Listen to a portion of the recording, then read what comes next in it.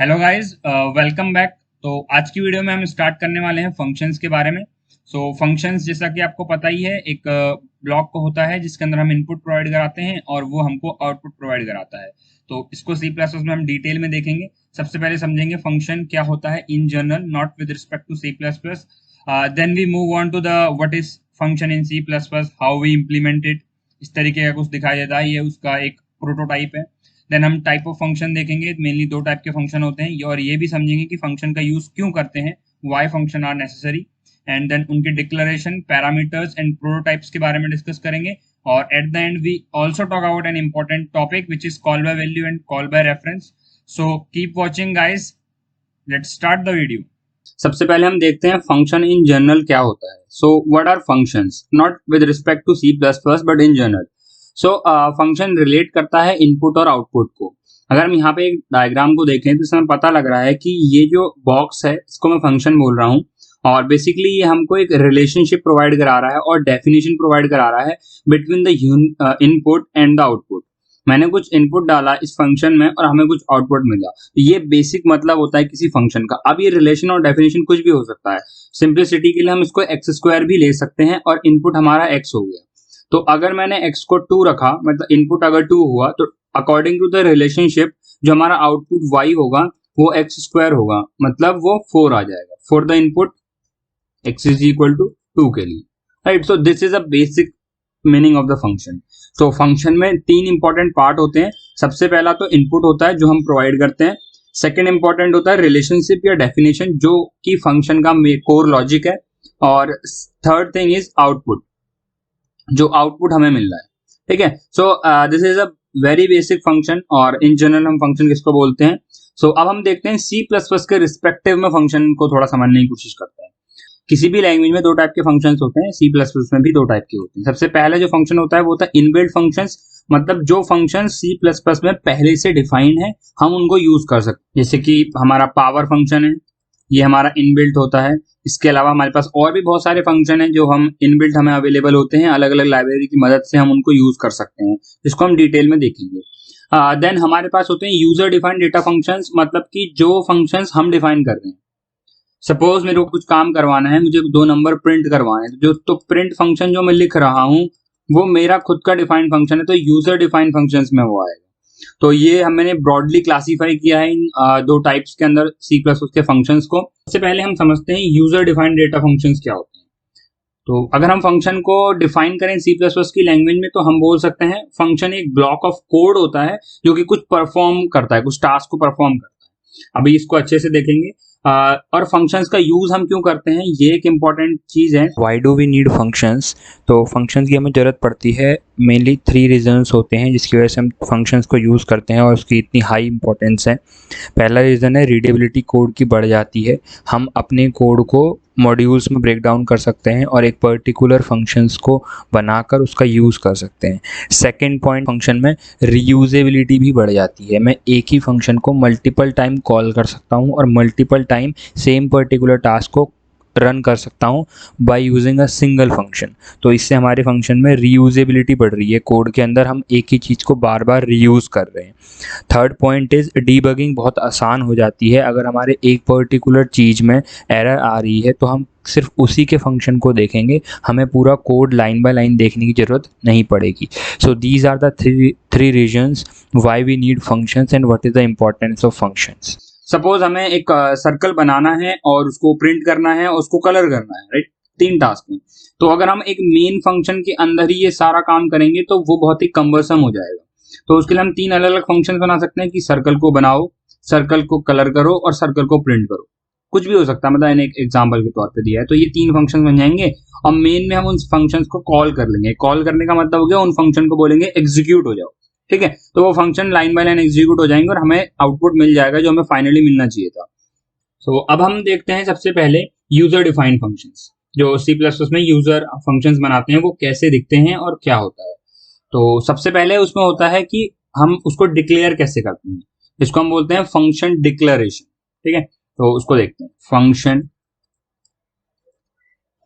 Declaration. इसके बारे में मैंने थोड़ा सा आपको हिंट पहले भी दिया था अपनी वीडियोस में, दोबारा हम यहाँ पे डिटेल समझेंगे। तो सबसे पहले हमारा होता है रिटर्न टाइप। क्या होता है? Return type. रिटर्न टाइप कोई भी डेटा टाइप हो सकता है, जो हमने 6 पढ़े थे फंडामेंटल, उसमें से कोई भी हम रिटर्न टाइप हो सकता है, और फंडामेंटल के अलावा भी कोई और भी डेटा टाइप हम यहाँ पे से रिटर्न कर सकते हैं। कहने का मतलब बेसिकली इतना है, जो भी आप रिटर्न करोगे उसका जो टाइप होने वाला है वो आपको यहाँ पे स्पेसिफाई करना पड़ेगा। ठीक है। देन सेकंड हमारे पास होता है फंक्शन का नाम, नेम ऑफ फंक्शन, ताकि हम उसको कॉल कर सके, उसको बुला सकें, उसको एग्जीक्यूट करने के लिए बोल सकें, वहां पे भी फंक्शन का यूज करेंगे। देन थर्ड हमारे होते हैं पैरामीटर्स, और पैरामीटर हो भी सकते हैं, नहीं भी हो सकते हैं, डिपेंड करता है केस टू केस और यूजर की चॉइस। जो भी फंक्शन का काम है, अगर उसमें पैरामीटर्स चाहिए, पैरामीटर्स बेसिकली इनपुट होते हैं। ठीक है। और देन हमारे पास आते हैं ब्रेसेस, करली ब्रेसेस, और इस करली ब्रेसेस के अंदर बॉडी ऑफ द फंक्शन होता है। मतलब जो भी कोर लॉजिक आप लिखने वाले हो, यहाँ पे आप लिखोगे बॉडी ऑफ द फंक्शन। और इस फंक्शन के अंदर एक और इंपॉर्टेंट चीज होती है, वो ये होती है कि यहाँ पे आपको रिटर्न करना पड़ता है कुछ, रिटर्न समथिंग। जो भी आप इस फंक्शन का आउटपुट है वो यहाँ से रिटर्न होगा, और वो जो चीज रिटर्न हो रही है वो किस टाइप की है वो यहाँ पे मेंशन करना पड़ेगा। अगर आपने यहाँ पे मेंशन वॉइड करा, मतलब आप कुछ भी रिटर्न नहीं कर रहे हो, तो यहाँ पे रिटर्न स्टेटमेंट को आप छोड़ सकते हो। ठीक है। तो this is the basic declaration of the function. अब एक इसका हम एग्जांपल करके देखते हैं फटाफट से, और ये जो बेसिक डिक्लेरेशन है इसको समझते हैं, कैसे डिक्लेयर किया है, कैसे हमने किया है। तो now move to the text editor. सबसे पहले फाइल को सेव करते हैं, functions.cpp के नाम से मैंने इसे सेव किया है, और अपनी बेसिक टेम्पलेट लिख लेते हैं।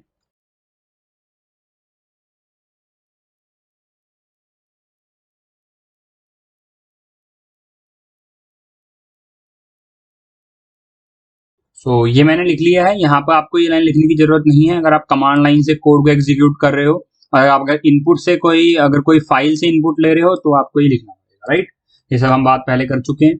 तो अब थोड़ा सा समझते हैं कि फंक्शन को हम डिक्लेयर कैसे करते हैं। जैसे मैंने बताया अभी, फंक्शन को आप इसके बाहर ही डिक्लेयर करोगे हमेशा। मेन फंक्शन के अंदर आप डिक्लेयर नहीं कर सकते हो, बाहर डिक्लेयर करना पड़ेगा। तो यहाँ पे मैं डिक्लेयर कर रहा हूँ, और यहाँ पे मैं सिंपल फंक्शन डिक्लेयर करके दिखाता हूँ पहले, जिसमें हम दो नंबर्स का सम निकालना है, बिल्कुल बेसिक। तो सबसे पहले इसे बताया था मैं, क्या करना पड़ेगा, रिटर्न टाइप देना पड़ेगा। तो हम यहाँ पे दो इंटीजर नंबर को ऐड करने वाले हैं, तो आउटपुट भी इंटीजर ही आने वाला है। तो रिटर्न टाइप हमारा इंट होगा। इसके बाद फंक्शन का नाम होगा, तो मैं यहाँ पे बोलता हूँ ऐड नंबर्स, ये मैंने उसका नाम दिया है फंक्शन का। इसके बाद इसके पैरेंथेसिस में कुछ पैरामीटर्स देने पड़ेंगे, कुछ इनपुट्स देने पड़ेंगे, तभी तो आउटपुट मिलेगा फंक्शन से। और अभी मैं इनपुट नहीं दे रहा हूँ, इनपुट देना अभी हमने नहीं बात करी है पैरामीटर्स की, तो उसको हम अभी थोड़ा छोड़ देते हैं, और अभी हम सिंपली ऐड करके कुछ रिटर्न करने वाले हैं। और यहाँ पे हमने बोला बॉडी होगी फंक्शन की। बॉडी ऑफ द फंक्शन में अभी के लिए हम एक वेरिएबल बनाते हैं ए, जिसकी वैल्यू 10 है, और सिंपली उसको रिटर्न करते हैं। ठीक है, सिंपली मैंने एक वेरिएबल 10 बनाया, उसको रिटर्न करा, कुछ भी यहाँ पे नहीं करा है हमने, कुछ हाई फाई जैसा कुछ भी नहीं करा है। इसको हम अभी बिल्ड करके देखते हैं क्या आता है। तो कुछ भी नहीं आएगा। क्यों कुछ नहीं आएगा? क्योंकि ये फंक्शन सिर्फ बना है, सिर्फ डिक्लेयर हुआ है, कॉल नहीं हुआ है। तो नेक्स्ट चीज समझते हैं कि हम फंक्शन को कॉल कैसे करते हैं। तो फंक्शन को कॉल करने के लिए हमें फंक्शन का नाम लिखना पड़ता है यहाँ पे। फंक्शन का नाम है ऐड नंबर्स। ठीक है, फंक्शन का नाम और ब्रेसेस, और उसके बाद सेमीकोलन। इसके बाद क्या होगा, फंक्शन कॉल हो जाएगा। लेकिन हम फंक्शन कॉल हो जाएगा तो क्या होगा, कुछ आउटपुट आएगा? तो आंसर है नहीं आएगा। देखो आउटपुट कुछ नहीं आया। क्यों नहीं आया? क्योंकि हमने फंक्शन के अंदर कुछ किया ही नहीं है। हमने एक वैल्यू ए को 10 रखा है और उसको रिटर्न किया है, तो उसने ये वैल्यू वापस तो पकड़ा दी यहाँ पे, बट यहाँ पे हमने उस वैल्यू को कुछ किया ही नहीं। या तो हम उस वैल्यू को प्रिंट करें, ठीक है, तो उस वैल्यू जो वहां से आई है उसको मैं एक वेरिएबल बी के अंदर स्टोर कर लेता हूँ। आप चाहो तो ए में भी कर सकते हो, बट मैं बी में ले रहा हूँ। ठीक है, तो उस जो वैल्यू यहाँ से हमें रिटर्न हुई, इस फंक्शन से रिटर्न हुई, जो हमने यहाँ पे कॉल किया होगा, तो रिटर्न होके यहाँ बी के अंदर स्टोर हो गई। ठीक है, अब उस बी को मैं यहाँ पे प्रिंट कराता हूँ। मैं अभी एक एक करके समझाने वाला हूँ कैसे फंक्शन कॉल होता है, कैसे एग्जीक्यूट होता है। Just wait. तो बी की वैल्यू 10 आ गई जो हमने यहाँ से रिटर्न करी। अगर मैं यहाँ पे 20 करता हूँ, इसको बिल्ड करता हूँ, तो यहाँ पे बी की वैल्यू 20 होगी। ठीक है, अब इसको समझते हैं कि कैसे फंक्शन कॉल हो रहा है और यहाँ पे क्या होने वाला है, क्या हो रहा है। तो देखो हो क्या रहा है। सबसे पहले हमने बोला था कि मेन फंक्शन एग्जीक्यूट होता है, तो मेन फंक्शन की लाइन नंबर 11 में आए और उसने इनपुट फाइल को, ये वाली जो फाइल है, इसको अटैच कर दिया इसके साथ। जरूरत नहीं है बट अटैच कर दिया। देन हमने एक ये स्टेटमेंट है 13, इसमें b की वैल्यू को डालना है, क्या डालना है, जो ये वाली वैल्यू। अब ये क्या वैल्यू भैया, ये तो फंक्शन है, ठीक है। तो ये क्या करेगा, यहां से पहुंच जाएंगे सीधा फंक्शन के पास। सीधा कहां पहुंच गए, फंक्शन, जो ये नाम बनाया उस पर पहुंच गए। इसका रिटर्न टाइप इंट है, इसका नाम ऐड नंबर्स है, बॉडी के फंक्शन में आए। एक वेरिएबल ए बनाया तो ए को एक बकेट मिल गई होगी, इसकी वैल्यू 20 होगी, ठीक है। और उसको रिटर्न कर दिया, तो रिटर्न करने का मतलब क्या हो गया, ये वैल्यू जो हमने रिटर्न करी वो यहाँ पे आ गई, और इसको रिप्लेस करके उसने यहाँ पे लिख दिया 20, क्योंकि 20 आ रहा था। और ये 20 कहाँ चला गया, बी के अंदर, और यहाँ पे क्या प्रिंट कर दिया, बी, मतलब क्या प्रिंट हो गया, 20, ठीक है। सो हो क्या रहा है, अगेन रिपीट करता हूं, फंक्शन को कॉल करते वक्त ये फंक्शन पे चले जाता है एग्जीक्यूशन। जो कंपाइलर है वो यहाँ से एग्जीक्यूट करना शुरू करा उसने, यहाँ से नीचे आया, नीचे आया, जैसे इस लाइन पे आया फंक्शन की कॉल गई तो यहाँ पे पॉज हो गया और यहाँ पे चला गया उसका एग्जीक्यूशन। इसको पूरे को कोड को रन किया, देन वापस एग्जीक्यूशन यहाँ पे आया, ठीक है। कॉल स्टैक के अंदर ये सारी चीजें हो रही होती हैं, जिसको हम थोड़ा सा लेट डिस्कस करेंगे, अभी नहीं कर रहे, कंफ्यूजन हो जाएगी ज्यादा। सो यहाँ पे हमने बी को प्रिंट कर दिया, 20 प्रिंट हो गई। सो इस तरीके से ये कोड रन हुआ। अब फंक्शंस के अंदर एक और चीज होती है, पैरामीटर्स, ठीक है। जैसा मैंने बताया था कि यहाँ पर हमें कुछ इनपुट देना पड़ेगा, राइट। तो यहाँ पर C++ में हम फंक्शन में इनपुट कहाँ पे ले रहे हैं, तो इस पैरामीटर्स के थ्रू हम यहाँ पे इनपुट लेते हैं। यहाँ से आप कुछ भी फंक्शन में इनपुट ले सकते हो, यहाँ पे जो भी आप लोगे वो आपका इनपुट कहलाएगा, जिसको हम यहाँ पे C++ में पैरामीटर्स बोलते हैं, ठीक है। तो अब हम पैरामीटर्स लेना देखते हैं कि कैसे पैरामीटर्स लेते हैं। पैरामीटर को हम कैसे पास करते हैं, यहाँ पे नीचे से हम दो वैल्यूज सिंपली पास करते हैं। तो हम वैल्यू पास कर रहे हैं 4, 5, तो 2, 4 और 5 जो वैल्यू वो ऊपर पहुंच गई, लेकिन भैया ऊपर तो हम कुछ ले ही नहीं रहे, ऊपर तो वैल्यू सेव करने के लिए कुछ होना चाहिए ना, मतलब वैल्यू लेने के लिए कहाँ पे लेंगे ये 4, 5, तो दो बकेट बनानी पड़ेगी। एक बकेट का नाम मैं x रख रहा हूँ और दूसरी बकेट का नाम मैं y रख रहा हूँ, ठीक है। तो x और y दो बकेट बन गई हैं ऊपर, मतलब दो वेरिएबल्स बन गए हैं, एक्चुअली अगर बोलो तो दो बकेट नहीं बनी, दो वेरिएबल्स बन गए हैं। और इन वेरिएबल्स में जो वैल्यू यहां से हम भेज रहे हैं वो जाने वाली है, ठीक है। और फिर हम अंदर आने वाले हैं, अब की बार हम a नहीं बना रहे हैं, अब की बार हम वेरिएबल बनाएंगे इंट सम, ठीक है। और सम के अंदर क्या डाल देंगे हम, x प्लस वाई, एक्स और y की वैल्यू को ऐड करके सम के अंदर डाल देंगे और रिटर्न क्या करेंगे, सम रिटर्न करेंगे, ठीक है। तो अभी हमारा फंक्शन नंबर्स को ऐड कर रहा है, तो बिल्ड करके देखते हैं इसको क्या आउटपुट आ रहा है। सो आउटपुट आ रहा है 4 + 5 9, बिल्कुल ठीक आ रहा है। थोड़ा सा एग्जीक्यूशन समझते हैं कैसे काम कर रहा है। देखो हो क्या रहा है कि यहाँ पर हमने ऐड नंबर कॉल किया विद 4 और 5, और यहाँ पर हमारे पास x और y दो बकेट है, तो x की वैल्यू के अंदर ये कॉपी कर रहा है, क्या कर रहा है, कॉपी कर रहा है इसकी वैल्यू। ध्यान रखना यहाँ पे 4 नहीं है, कॉपी कर रहा है। सो कॉपी करने के बाद जो ये 4 था ये इसने यहाँ पे x में कॉपी कर दिया, इसी तरीके से जो 5 था वो y में कॉपी कर दिया। अब यहाँ पे सम एक वेरिएबल बनाया और उसके अंदर x प्लस वाई को डाल दिया, तो सम के अंदर 9 चला गया, और फिर सम रिटर्न कर दिया, तो यहाँ पे सम की वैल्यू रिप्लेस हो गई 9, और वो 9 चला गया b के अंदर और b प्रिंट हो गया, ठीक है। एक इंपॉर्टेंट चीज है, यहाँ पर जो 4 और 5 है, यहाँ पर जो 4 और 5 है वो कॉपी हुए हैं x और y के अंदर, ठीक है। तो इसको हम बोलते हैं call by value, call by value, मतलब हम वैल्यू के थ्रू कॉल कर रहे हैं इसको, इसके थ्रू कर रहे हैं, वैल्यू के थ्रू। हम इसको रेफरेंस के थ्रू भी कॉल कर सकते हैं, जिसको हम थोड़ी सी देर बाद सीखेंगे, थोड़ा टाइम लगेगा वहां तक पहुंचने में, बट इसी वीडियो में कवर करने की कोशिश करेंगे। सो पहले कॉल बाय वैल्यू समझते हैं, और इसको समझने के लिए मैं एक दूसरा कोड लिख रहा हूं, और ताकि आपको कॉल बाय वैल्यू समझ में आ जाए। तो सबसे पहले एक काम करते हैं, कॉल बाय वैल्यू को थोड़ा साइड करते हैं, क्योंकि फिर कंफ्यूजन बढ़ जाएगी। तो पहले हम फंक्शंस को थोड़ा सा और समझ लेते हैं, ठीक है, फिर कॉल बाय वैल्यू देखेंगे कि कॉपी कैसे होता है। तो मैंने आपको फंक्शन को कॉल करना बता दिया, और कॉल करना आई होप आपको समझ में आ गया होगा। और हम एक और फंक्शन लिख के देखते हैं और उसको कॉल करने की कोशिश करते हैं, ताकि थोड़ी सी क्लियरिटी आए, फिर हम थोड़ा अच्छे क्वेश्चन और एडवांस टॉपिक्स पे जाएंगे। तो अभी हम बेसिक्स पे ही रहते हैं, और एक और फंक्शन यहाँ पे बनाते हैं हम, बिल्कुल हम मल्टीपल फंक्शन, बहुत सारे फंक्शन बना सकते हैं C++ में। तो यहाँ पे मैं फंक्शन का नाम देख रहा हूँ ग्रीट, मतलब कि ये क्या करने वाला है, ग्रीटिंग देने वाला है। तो यहाँ पे मैं प्रिंट कर रहा हूँ सीधा cout गुड मॉर्निंग,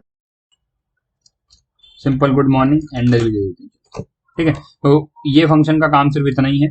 और रिटर्न टाइप, क्योंकि कुछ रिटर्न नहीं कर रहा, तो यहाँ पे रिटर्न टाइप क्या होगी, वॉइड, मतलब कुछ भी रिटर्न नहीं कर रहा तो वॉइड, इसलिए हमें रिटर्न स्टेटमेंट लिखने की जरूरत भी नहीं है। ये तभी लिखनी होती है जब हम कुछ रिटर्न कर रहे होते हैं बट मैंने पहले ही बता दिया कि हम void मतलब कुछ भी नहीं रिटर्न कर रहे हैं। सो यहाँ पे हमें कुछ रिटर्न करने की जरूरत नहीं है, सीधा प्रिंट करेगा। तो यहाँ पे हमें इससे पहले कॉल करना पड़ेगा। सो कॉल करने के लिए सिंपल है, ग्रीट फंक्शन को कॉल कर दिया। ठीक है, क्या लिखना है, फंक्शन का नाम और फिर ब्रेसेस। अगर पैरामीटर ले रहा है तो पैरामीटर पास करो, और नहीं ले रहा तो मत करो। तो इसको मैं अभी कमेंट कर रहा हूँ और ग्रीट फंक्शन को कॉल करके बिल्ड करता हूँ।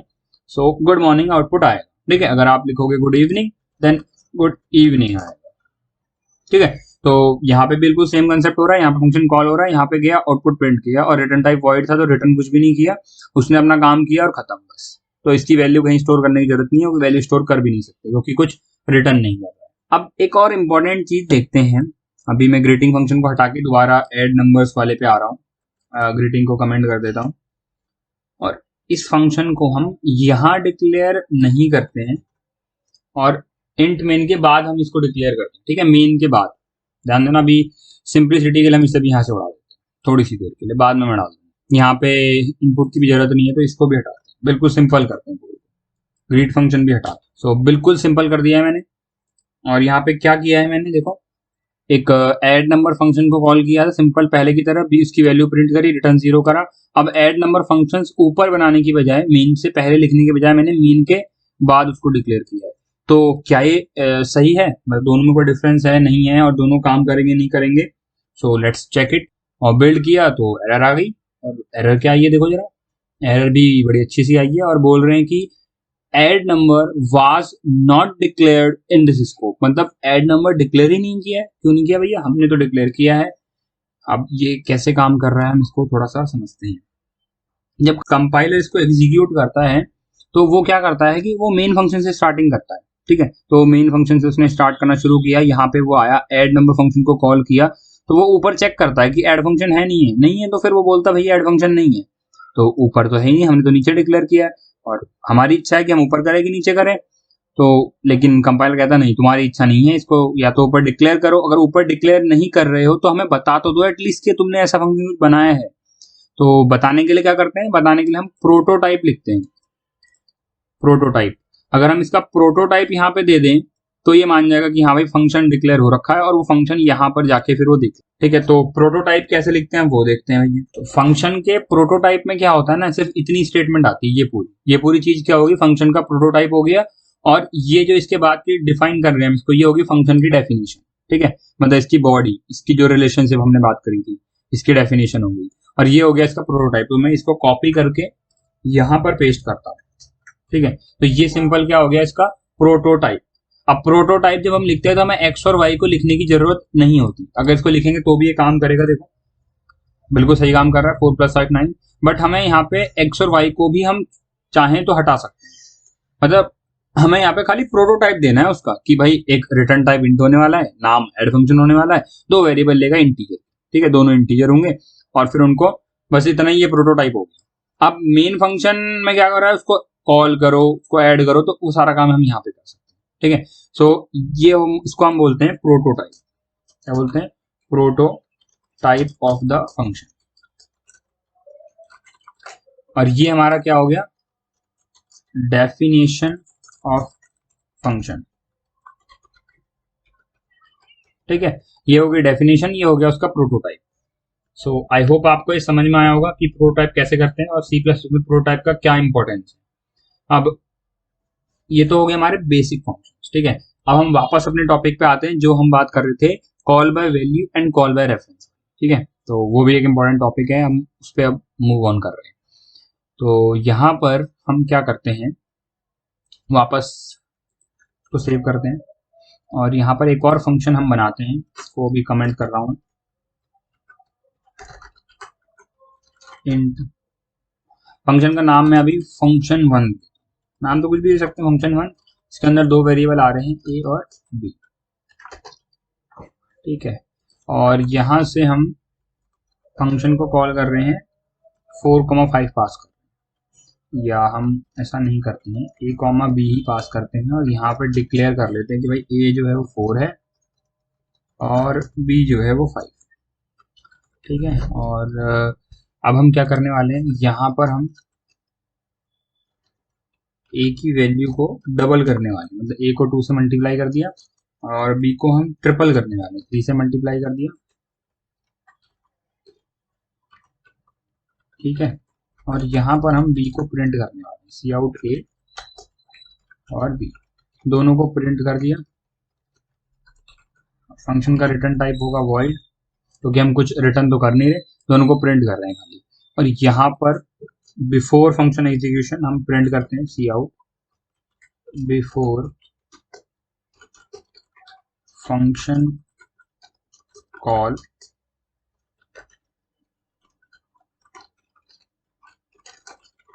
सी आउट ए की वैल्यू और बी की वैल्यू प्रिंट कर दी।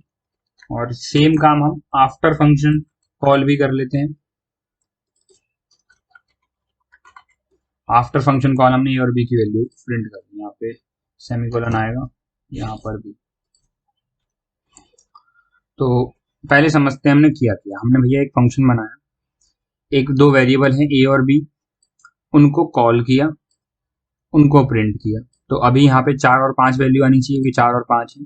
फिर मैंने फंक्शन को कॉल किया, यहाँ पहुंच गए, फंक्शन ने क्या कर रखा है, उसकी वैल्यू को दुगना और तिगुना कर दिया बी की वैल्यू को, और फिर उनको रिटर्न कर दिया। यहाँ पे एक और स्टेटमेंट डाल देते हैं, इनसाइड फंक्शन, इनसाइड फंक्शन मतलब ये जो बात है फंक्शन के अंदर हो रही है। और फिर उसके बाद फंक्शन से बाहर आए, फिर ए और बी को प्रिंट किया। तो क्वेश्चन ये है कि जो हमने फंक्शन के बाहर आने के बाद यहाँ पे ए और बी को प्रिंट किया, ये क्या आउटपुट आएगा, ठीक है।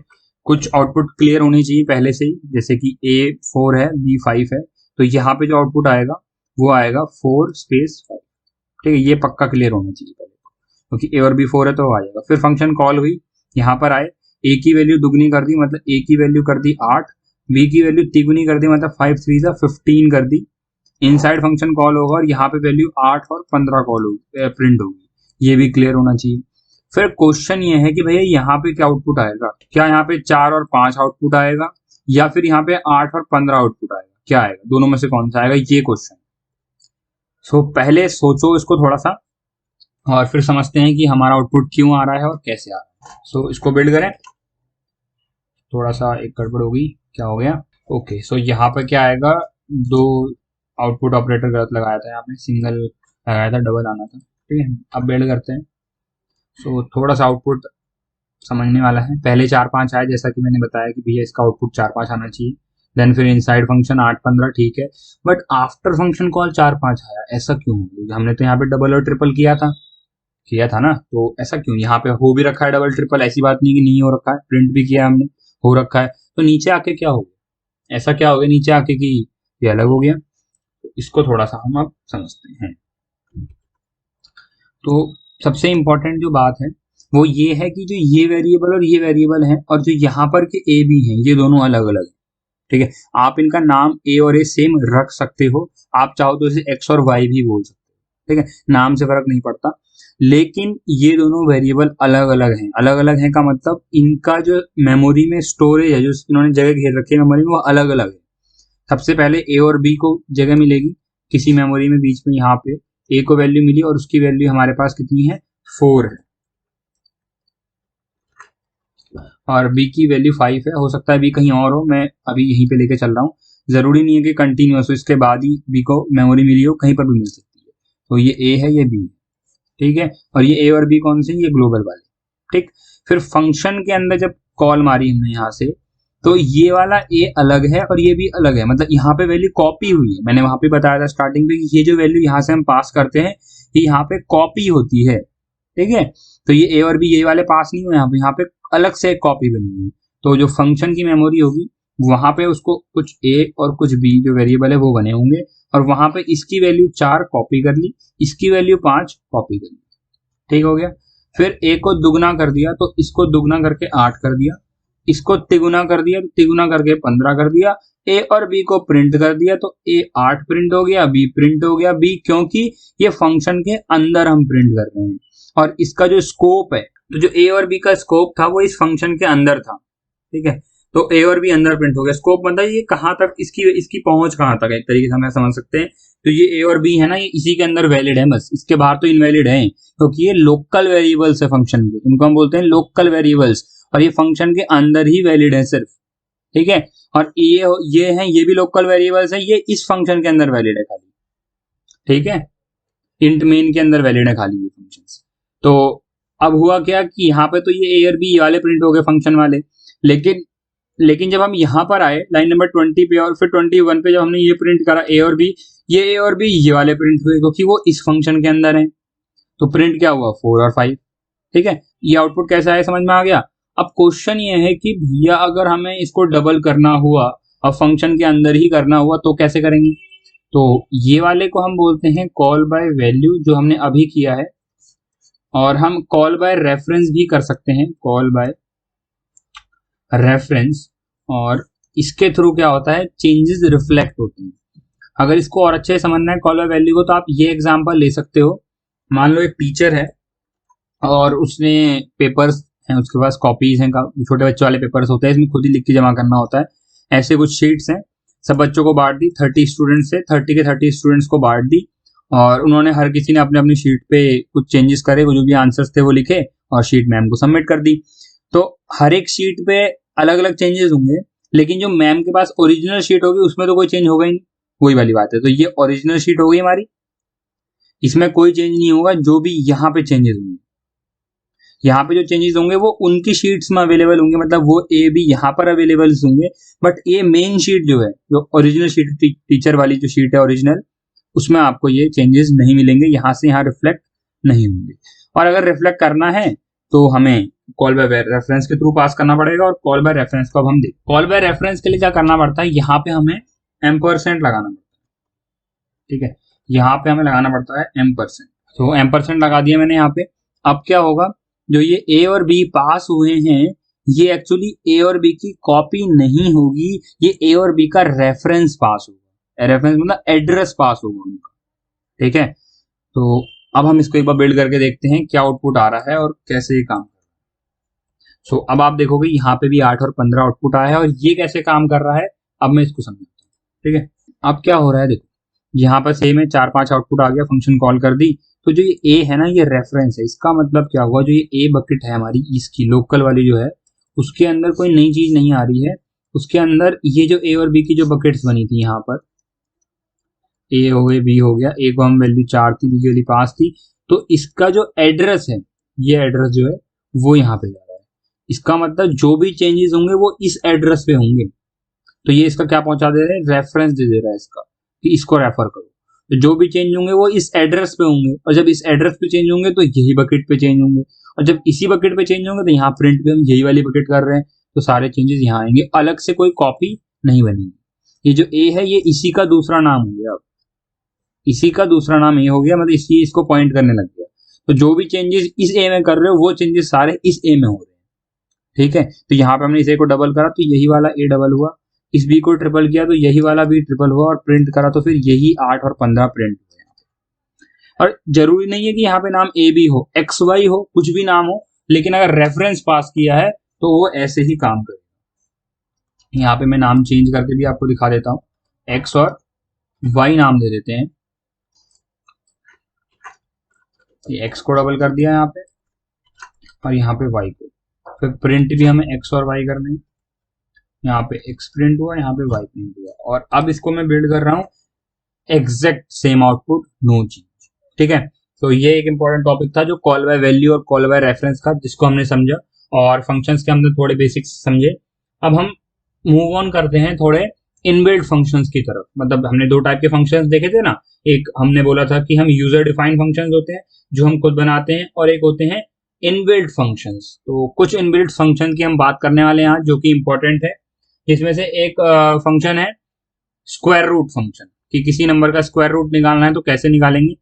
सो वो वाला फंक्शन के लिए हम यहाँ पे उसको बनाते हैं। तो मैं इन सबको कमेंट कर रहा हूँ, और यहाँ पर कॉल करते हैं उसको। तो वो है SQRT, ये इसका नाम है। यहाँ पर आपको वैल्यू डालनी है, मान लो 16 का स्क्वायर रूट निकालना है, तो ये आपको वैल्यू रिटर्न करेगा। तो उसको स्टोर करते हैं आंसर के अंदर। और फिर हम आंसर को प्रिंट करते हैं। ठीक है, इतना काम हम कर रहे हैं यहाँ पे। सो इसको अगर हम बिल्ड करेंगे तो ये एरर देगा। देखो एरर क्या देता है, पहले देखते हैं। सो एरर आ रहा है SQRT was not declare in the scope, मतलब SQRT तो फंक्शन है ही नहीं। ठीक है, तो ये फंक्शन तो नहीं है, बनाया नहीं है, लेकिन हमने बोला इनबिल्ट है। तो इनबिल्ट है, लेकिन एक लाइब्रेरी इंक्लूड करनी पड़ेगी। जैसे यहाँ पे हमने आयोस्ट्रीम इंक्लूड किया है, ऐसे ही हमें एक और इंक्लूड करनी पड़ेगी, has include math dot H भी कर सकते हो या फिर सी मैथ भी कर सकते हो। तो मैं बिल्ड कर रहा हूँ सी मैथ के थ्रू और आउटपुट आ गया 4। ठीक है, तो 16 का स्क्वायर रूट 4 आया। अगर मैं 15 का स्क्वायर रूट निकालता हूँ और बिल्ड करता हूँ तो वो आएगा 3, क्योंकि ये नियरेस्ट नंबर दे देगा हमको। अगर हम यहाँ पे ऐसा भी कर सकते हैं, अगर हम इसे फ्लोट में स्टोर करें, ठीक है, और फिर बिल्ड करें, तो आपको ये एग्जैक्ट आउटपुट देगा, क्योंकि फ्लोट के अंदर हम डेसिमल भी स्टोर कर सकते हैं। लेकिन इंट के अंदर क्या हो रहा था, वो ये वैल्यू तो आपको फ्लोट की जरूरत था, लेकिन आप उसको इंट में स्टोर कर रहे हो, इसलिए खाली 3 स्टोर हो रहा था। ठीक है, तो आई होप आपको ये इनबिल्ट फंक्शन समझ में आया। यहाँ पे कुछ लिखने की जरूरत नहीं है, सिंपल हम इसको यूज करेंगे डायरेक्ट। ठीक है, इसी तरीके से हमारे पास और भी बहुत सारे फंक्शंस होते हैं स्ट्रिंग्स में, और भी जगह यूज होते हैं। तो जैसे जैसे यूज होंगे हम उन सबको देखते जाएंगे। सो this is all about functions. I hope आपको वीडियो समझ में आई होगी।